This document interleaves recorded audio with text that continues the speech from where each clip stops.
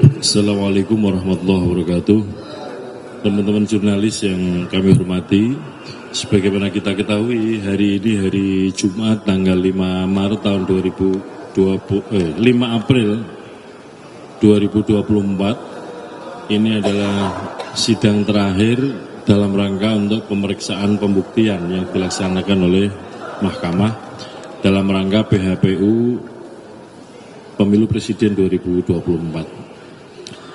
Yang ingin kami sampaikan bahwa sebagaimana di Undang-Undang Dasar kita pasal 6A itu ditentukan bahwa pasangan calon presiden wakil presiden untuk dapat dinyatakan sebagai pemenang pemilu presiden itu harus memperoleh suara minimal, ada 3 kategori ya. Suaranya adalah lebih dari 50% suara sah nasional. Kemudian yang kedua,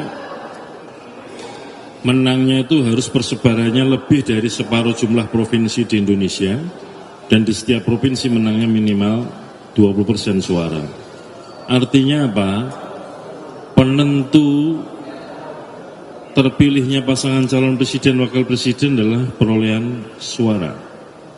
Yang kedua, di Undang-Undang Pemilu nomor 7 2017, terutama pasal 473, itu ditentukan yang namanya sengketa hasil pemilu, yang dimaksud hasil adalah sengketa perolehan suara. Nah, oleh karena itu ketika pertama kali kami pihak KPU membuka, membaca, mempelajari pokok perkara permohonan nomor 1 maupun permohonan nomor 2, di dalamnya kami tidak mendapati sama sekali dalil tentang selisih suara antara masing-masing pasangan calon. Juga tidak ada kami menemukan misalkan selisih suaranya itu di TPS berapa, di kecamatan mana, kabupaten mana, tidak ada sama sekali. Sehingga dengan begitu sampai dengan pemeriksaan terakhir ya, hari ini pemeriksaan pembuktian, tidak ada sama sekali yang kemudian menceritakan tentang suara kami di TPS sana mestinya sekian tapi ditulis KPU sekian. Sama sekali tidak ada. Nah, oleh karena itu sebagaimana sama-sama kita saksikan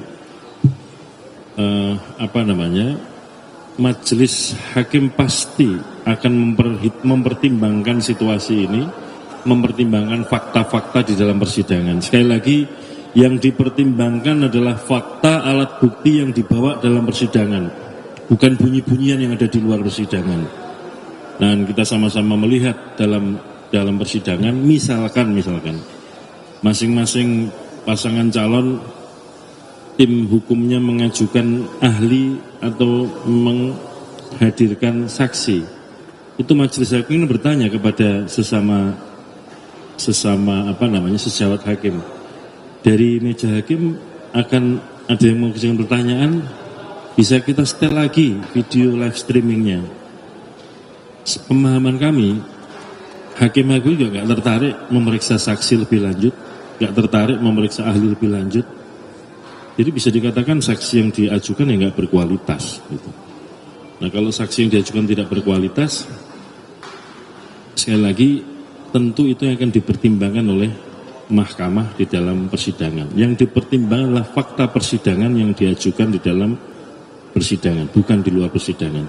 Kami dari KPU berusaha untuk mempertahankan apa yang dikerjakan oleh KPU berkaitan dengan perolehan suara, diantaranya misalkan alat bukti, formulir D hasil di tingkat kecamatan, formulir D hasil di tingkat kabupaten. Jadi formulir D tingkat kecamatan sebanyak 7.277 kecamatan, kemudian formulir D hasil di tingkat kabupaten di 514 kabupaten kota, dan formulir D provinsi di 38 provinsi kami sampaikan sebagai alat bukti, dan kami berikan keterangan apakah ada selisih atau tidak, apakah ada catatan keberatan atau tidak, apakah ditandatangani atau tidak oleh masing-masing saksi. Ini sebagai cara kami untuk berbicara di dalam persidangan. Saya kira itu, dan kami meyakini Majelis Hakim Mahkamah Konstitusi pasti mempertimbangkan apa-apa yang didalilkan, apa-apa yang dibuktikan oleh masing-masing pihak, termasuk apa yang dijawab oleh KPU sebagai termohon, apa alat bukti yang diajukan oleh KPU sebagai pihak termohon dalam persidangan ini. Saya kira itu yang dapat kami sampaikan. Terima kasih. Assalamualaikum warahmatullahi wabarakatuh. Cukup, Mas. Saya nggak komentar, Mbak. Saya ingin menunjukkan bahwa tidak ada perolehan suara yang disengketakan di sini, dikomplain oleh masing-masing calon. Padahal di sini ini jelas untuk menentukan pemenang pemilu itu adalah perolehan suara.